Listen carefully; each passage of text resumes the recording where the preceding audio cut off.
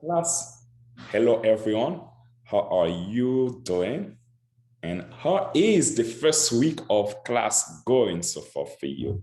And I know you all are very busy right now with the assignments, and I received almost all of your first discussion post. I mean, not the first one, but for the class, it is the first one. The first one you had last week was to introduce yourself. So, and I tried to really send you guys a video response to the concerns that you have regarding like the syllabus or regarding the class in general. And also really be sure to answer some of the questions that you guys, I would say, like really posted on your introduction to discussion. So this is really like from last week, but this week you guys have like your first discussion regarding the class, and you have your first case study that you will turn in today at the latest. And tomorrow you will have your quiz, your first quiz. Luckily, you don't have essay for this week, and you don't have either a group work. I wanted to make sure before you guys start having essays and group work, you understand how to really write a philosophical essay.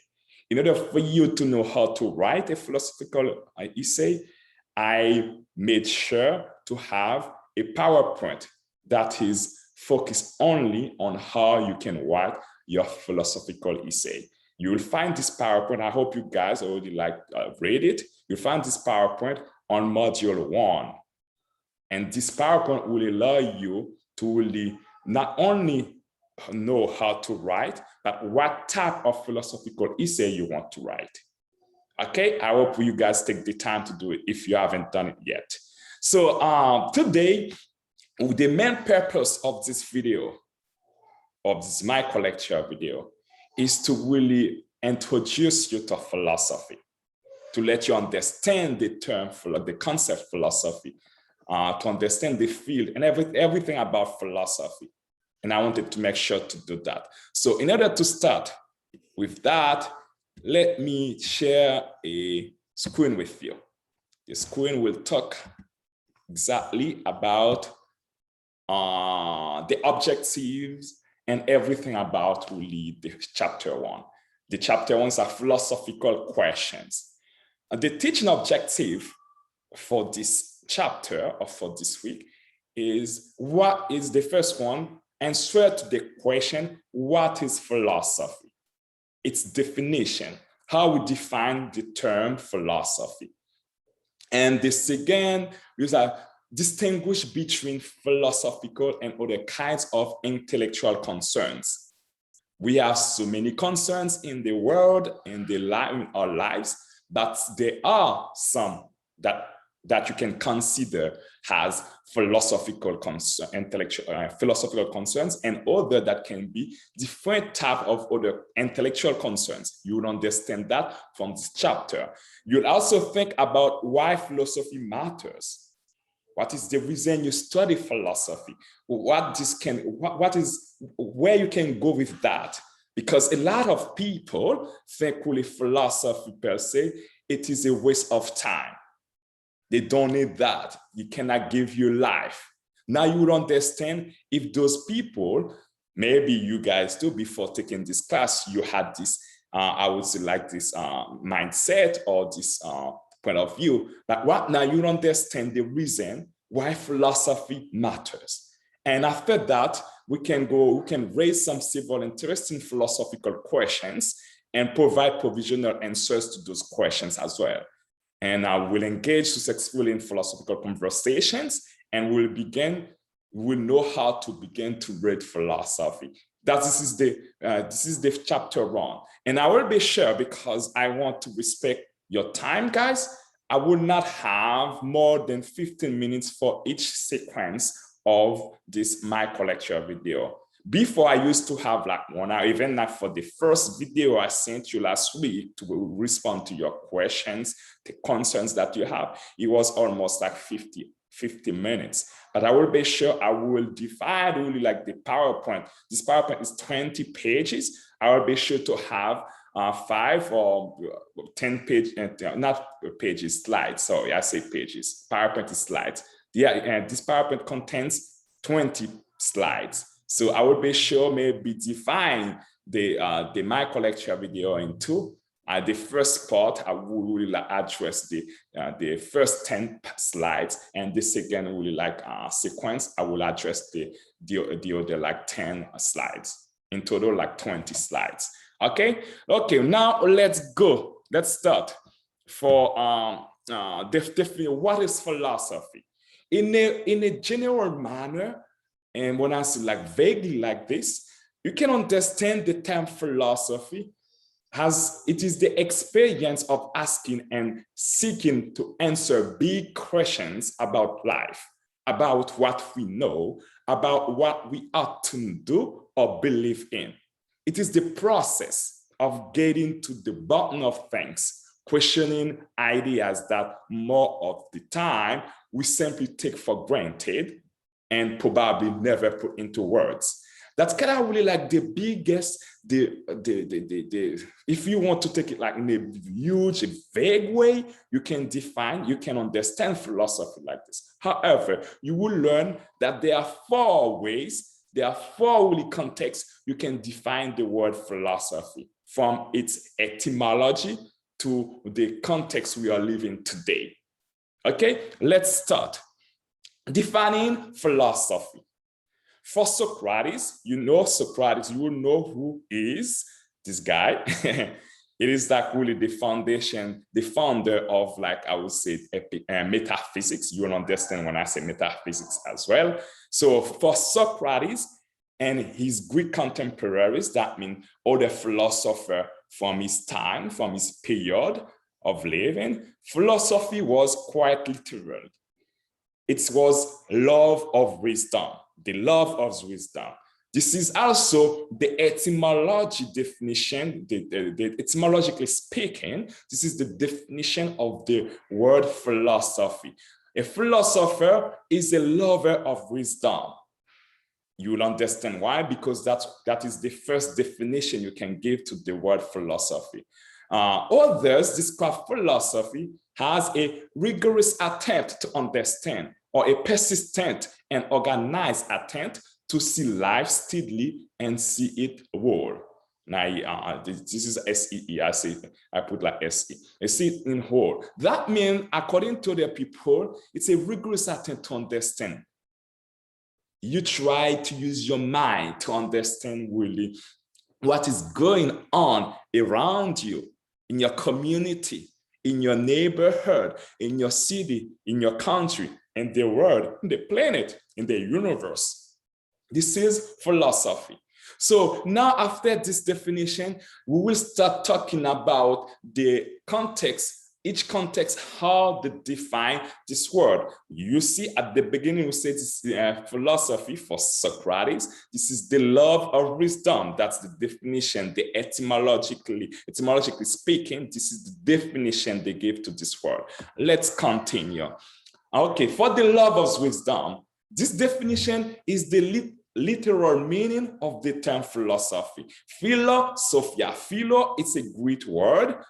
That means, I would tell you, that means like love, like Philadelphia. You know, we like when you say Philadelphia, it's like the love of brother. When we talk about Philadelphia as like really a place to live, it's the definition is the love. Philo means love. And Sophia, I hope like some of you, I don't think I have Sophia in this class. Sophia means wisdom. Philosophia in Greek means the love of wisdom. This is the etymology of the word philosophy. Wisdom is the knowledge of the end or purpose of knowledge. It's not in a way you can say, hi, this person is very wise. And the way you can say someone is wise is because this person not only know things, is knowledgeable, but also have experience that you don't have. Experience is knowledge, makes someone wise. A wise man, usually, every time you say wise man, you always have like the idea, the imagination of like an elderly person. Because as a young person, you will think like, I don't have enough experience or even enough knowledge to consider myself as a wise person. And because of that, we always have the tendency to think about only the elderly as people who are wise. But everyone can be wise. You don't need to be old to have knowledge. You don't need to be old to have experience. You can have both in your teenage life. Any of 20s, you can be very knowledgeable and have a lot of experience that can really give you wisdom. So you can understand the word wisdom like this. But in philosophy, as I said, well, it's knowledge. When you say wisdom, you talk about knowledge. Wisdom is the knowledge of the end or purpose of knowledge. To speak of someone's personal philosophy or wisdom in this manner is to give a higher status than merely a theory or an ideology. And this usage tends to be associated more with literature and casual conversation than with the academic disciplines of philosophy.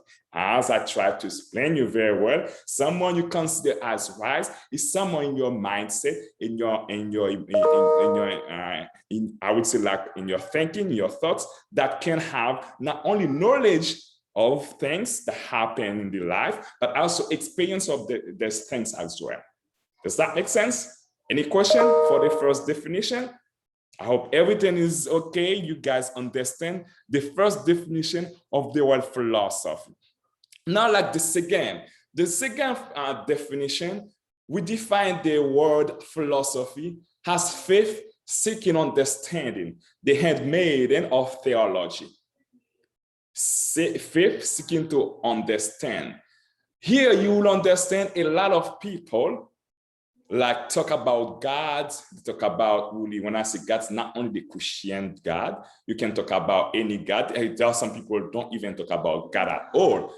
But when you say God, you mean like the God for the Muslim, the God for the Buddhism, the God for the Christianity, the God for every religion. And they seek to understand the handmaiden of theology. So the definition rests upon the assumption that faith in God, Holy Scripture, is a prerequisite to proper understanding. Here, I would not say Holy Scripture, because when you say Holy Scripture, you have the tendency to really narrow God to the Christianity. But it must be like, it is the assumption that faith is a prerequisite to proper understanding. You understand what is around you by understanding God. And you can understand God through religion, through Buddhism, through Muslim, whatever the religion you want to adhere yourself, or you want to really like I would say like came out. For example, I can say that I grew up in the Catholic religion, so I can consider myself as a Christian, Catholic Christian. Other people don't have this background. They may consider themselves as atheists. There is that too. God, some people believe God exists, other people don't believe. That means this definition can be not really definition for someone who don't believe in God. But the first one could be the definition of this person. That is the reason why they try to really divide. This definition can be associated for someone who is really religious, and the first one can associate with someone who just really focus on knowledge. Does that make sense? You have a third definition: search for certitude. Both ancient and modern philosophers have discovered and formulated abstract theories about how we know, what we ultimately know, and what good people are supposed to do in the light of that knowledge. How we know, what we ultimately know. This part will let us understand what we will call later epistemology. Epistemology is the study of knowledge. How do we know? This is epistemology. This is another part of how you can define the word philosophy. Is it okay for you guys? Everything is clear here? You have the first one. This is really the love of wisdom. The second one, like faith seeking understanding. The third one, what now? The third definition, search for certitude. Okay? And then you have the fourth definition, the search for clarity. With this definition, philosophers aim to know exactly how they can talk about various subjects and when to stop talking. This is largely the area of what today is called analytic philosophy. In analytic philosophy, it is a part of the Western philosophy. For example, in the US in general, we have tendency to really address philosophy in this perspective as analytic philosophy. We don't have what we call continental philosophy, which is the approach they give to philosophy in Europe and in Canada as well. And what is the difference between continental and analytic? Analytic philosophy means everything is language. We focus on the abstract part of philosophy. We take out everything that is really like applied. For example, political science. In other countries, political science is a part of philosophy. Ethics, environmental ethics, or any other type of ethics, applied ethics, are also a part of philosophy in the continental approach. But in the analytic approach, it's only the theory, the abstraction. You will see metaphysics, epistemology. They are the two most really condensed where you can see philosophy in the US. This is probably the reason why some people think philosophy is just talking. It's just talking. There's nothing else you can take from philosophy because it's abstraction. However, the reason you see it like this is because here in the culture, we focus on the language, we focus on the abstract part, and we take out, when I say we take out, we try to make sure political science is a branch, a field independent of philosophy. We try to make sure here that ethics, environmental ethics or applied ethics are a part of a different branch. However, in a country like Canada or in Europe, France, whatever the country will take, philosophy embrace not only the abstract part, the language, but also the science, the practical part, which is like environmental science, for example, is a part of it. I hope this makes sense to you guys. Okay, this is the four definition for the word philosophy. Let's see if we can go really. Okay, let's just finish like the field of philosophy, so we'll stop. We have like two more like slides to go, and we'll stop there. So you guys can really like digest this really like my lecture, so that it will not be too long and too boring for you guys. Okay, the field of philosophy.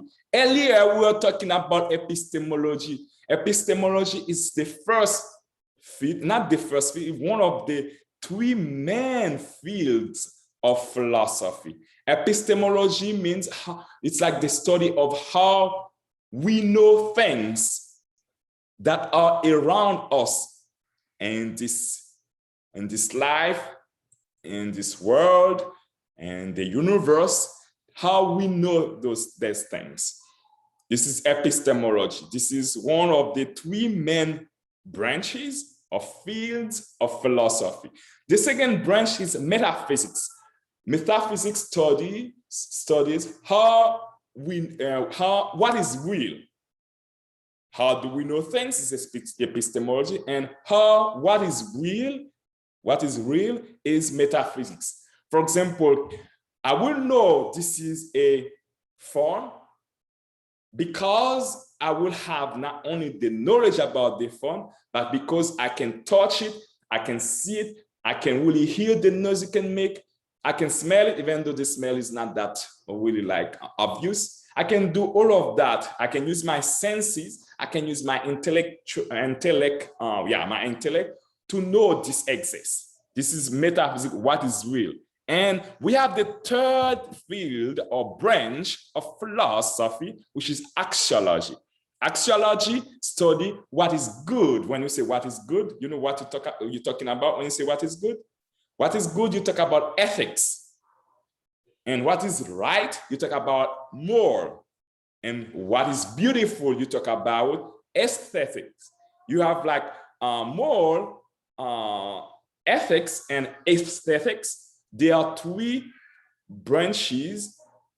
I would not even say branches. I would say like there are three groups of the study of axiology. Axiology has two groups.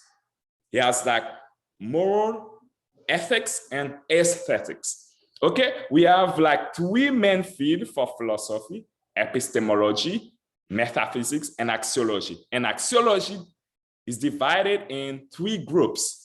We have what is good when you talk about ethics, what is right when you talk about moral, and what is beautiful when you talk aesthetics. Okay, it's clear? Good? Okay, awesome. I hope it is clear for you. Okay, guys? Okay, now like philosophy study. Philosophy study means the habit of always seeing an alternative. You always try to find a way to understand things around you differently than the way personally I can understand it. Personally, like your friends can understand it. Personally, your family can understand it. You always seek, you always have the tendency to seek an alternative regarding the reality. By examining this diversity of ideas, you students, you are forced to speculate about the range of possibilities. You will find a way to not only have one single way to understand the world, you'll find to really try to really see the reality in different really contexts. You will not only see black and white. That means if you're not someone that can have an open-minded, or you can be more open-minded, it will be very difficult. I would not say impossible, but difficult for you to really like study philosophy or become a philosopher. You have to have really like open mind. You have to be open-minded in order for you to really like grasp the meaning of philosophy and become a philosopher. Because the purpose is to stretch the mind and to explore the realm of the conceivable. This is exactly the reason why you guys, by studying this class, you will try to really, I will not say hard, you will try your best to really get out of your comfort zone and learn the unknown. You will try to learn the unknown. When I say the unknown, the new ideas, to see the life differently, to really address some topics that can be controversial, that can be uncomfortable for you. But this is how you will learn. Does that make sense? You agree with me? So we'll take really this last slide in order to conclude this micro lecture, and we'll take another one as part 2 to really continue, because we have 20 slides in total for this chapter. Philosophy is an intimate activity because it helps you to build a personal philosophy of life. This is one of the reasons you can study philosophy. Secondly, it allows you to clarify and identify assumptions, which is something really important for you guys to know your to clarify, to really make the distinction, to distinct really the assumption that you can have from about something. And you can have the assumption, but that does not mean this is the truth or this is the reality. And philosophy will help you with that. It forces us to ask questions and see answers that make a personal difference. You always ask questions. You always have why? Why this is like this? Why this is like that? Why? And you will find some answers that makes a personal difference, that make you see the life differently. It also allows us to clarify, and well, we already talked about the assumption, so it will have it like both. And then like the last one, it makes distinction and see our new perspective due to the concern of finding meaning in life. It helps you. Like, it's kind of like philosophy just makes you feel you're always looking for something, but not something physically you can touch, but the grabs, the idea, the thought, the concept behind those things that you're seeing every single day in your life. This is philosophy. This is the first part of this chapter, and I want you guys to really understand and really try to think deeper now, because as the moment you start taking this class, for me, you are already philosophers. That means you will get out of your comfort zones. I will not say forget your way of thinking, but you will try harder now to learn new things, to have new perspective, to just be open-minded. Thank you for this first. Thank you for reviewing this micro lecture video, and this will allow you to really like go further in this class. Thank you. Let's see now if I can just stop it now for you guys. Boom.